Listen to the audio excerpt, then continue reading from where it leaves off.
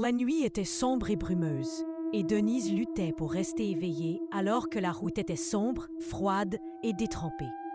Le niveau d'essence de sa voiture devenait dangereusement bas et elle ignorait totalement où se trouvait la prochaine ville. Juste au moment où elle allait arrêter la voiture pour dormir sur le bord de la route, elle aperçut une petite station d'essence douteuse. Malgré tout, comme elle n'a pas le choix, elle s'y arrête. Pendant que le commis fait le plein, ce dernier semble très distrait par l'arrière du véhicule. Il s'exécute enfin, mais lui demande d'ouvrir le capot parce qu'il flaire un problème. Alors qu'elle se retrouve seule dans une petite station-service délabrée, en plein milieu de nulle part, et que le commis a des comportements étranges, le cœur de Denise bat la chamade. Il lui demanda de sortir de la voiture pour venir voir le moteur. Elle s'exécuta tout en se demandant pourquoi elle ne se mettait pas à crier.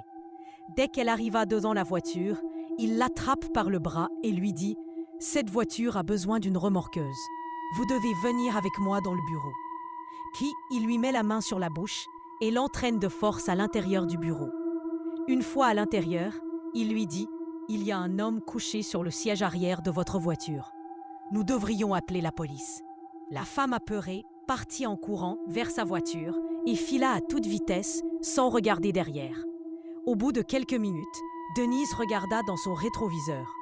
Elle vit un homme avec un chandail à capuchon et une hache dans la main sur la banquette arrière. Sur le champ, d'un mouvement de bras, il décapita la pauvre femme avec sa hache. Le cadavre de Denise fut retrouvé quelques jours plus tard, des années après ce drame. La police est enfin parvenue à mettre le grappin sur le tueur en série qui avait eu la peau de Denise.